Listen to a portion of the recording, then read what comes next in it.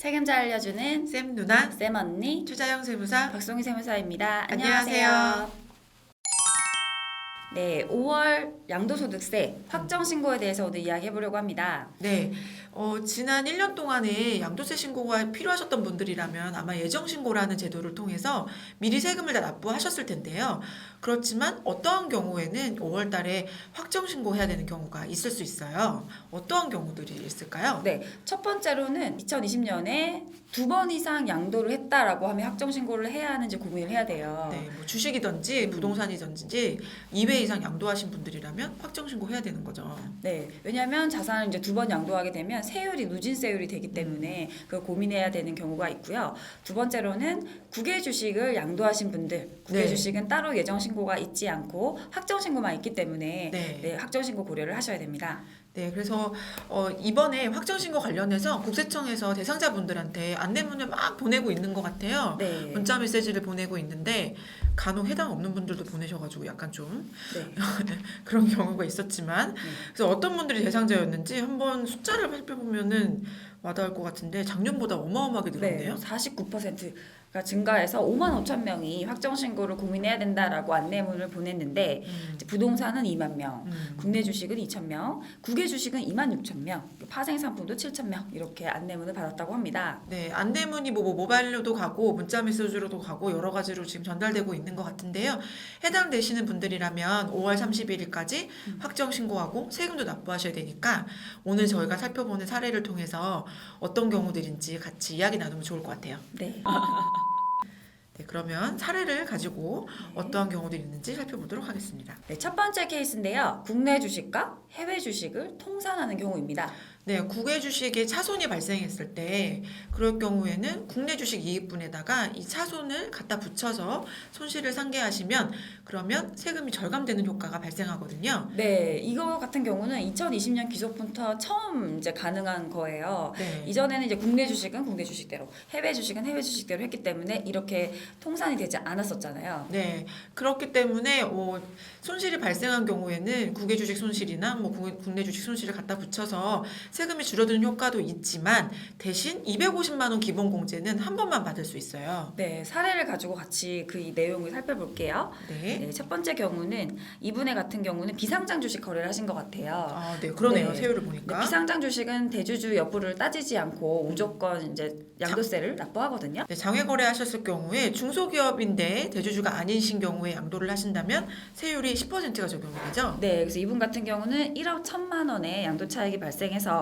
250만 원 기본 공제하고 10% 적용해서 1,075만 원 세금을 내신 거예요. 네, 그런데 국외 주식에서 안타깝게도 6,700만 원 손실이 발생했어요. 네. 그래서 국내 주식 예정 신고 하신 다음에 6,700만 원 손실 나서 뭐 손실 났으니까 세금 신고 안 해도 되겠다 하고 계셨다면 지금 이렇게 환급을 못 받으실 텐데 6,700만 원을 이렇게 확정 신고를 하게 되시면 국내 주식에서 차감이 되는 거죠. 네, 그래서 냈던 세금에서 돌려받을 수 있어서 670만 원을 돌려받을 수 있네요. 네, 결국 6,700만 원의 10%인 670만 원의 마이너스 효과. 꼭 확정 신고를 하셔야 되는 경우네요. 이건 진짜로. 네. 자, 그러면 이런 경우 아닌 다른 경우도 한번 살펴볼게요. 둘 다 이익이 난 경우예요, 이번에는. 네, 첫 번째 이제 국내 주식 대주주 양도소득세에 해당이 되어서 신고하신 분인데요.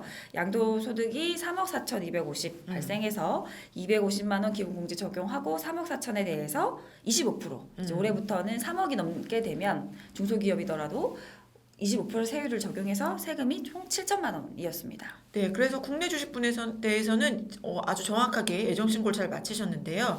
국외 주식에 너무 즐겁게 또 이번에는 1억의 양도 차익이 발생했네요.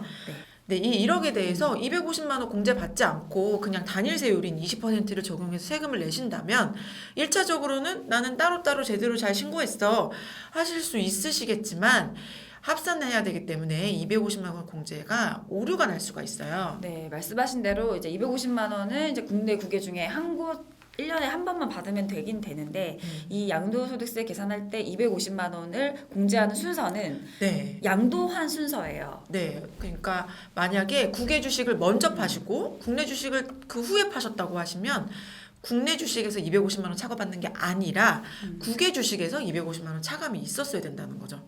어렵네요. 어려워요. 네, 그래서 이 경우에 국외 주식에 대해서 국외 주식 1억 원에 대해서 250만 원 공제는 이미 국내 주식에서 받았기 때문에 공제 받지 않고 그냥 여기에 1억에 20% 곱하고 그러면 2천만 원의 추가 납부세액이 발생을 하는 거죠. 네, 이렇게 네. 신고하시는 것도 사실 가능해요. 그렇지만 이럴 경우에 문제점이 발생할 수도 있어요. 바로 공제 부분이죠. 네, 그래서 250만 원 공제 같은 경우는 이제 한 번만 받을 수 있거든요. 국내 주식이나 국외 주식이나. 근데 문제는 이 양도 소득 기본 공제를 받는 거는 양도한 순서대로 받을 수가 있어요. 그러니까 혹시나 국내 주식을 먼저 양도하신 게 아니고 국외 주식을 먼저 양도하셨다면 국외 주식분에서 250만 원 차감이 있었어야 되는 거네요. 네.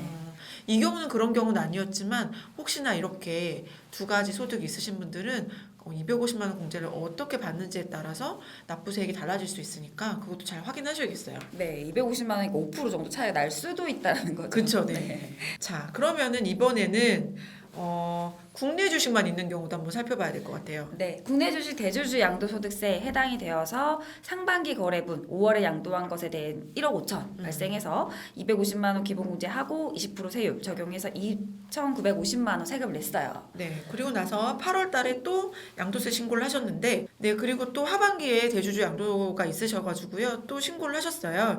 2억 원 양도 차익이 발생해서 이때는 앞에 250만 원 공제 받았기 때문에 공제 받지 않고 그냥 20% 3억이 안 되니까요. 계산하니까 4천만 원 납부세액이 발생했습니다.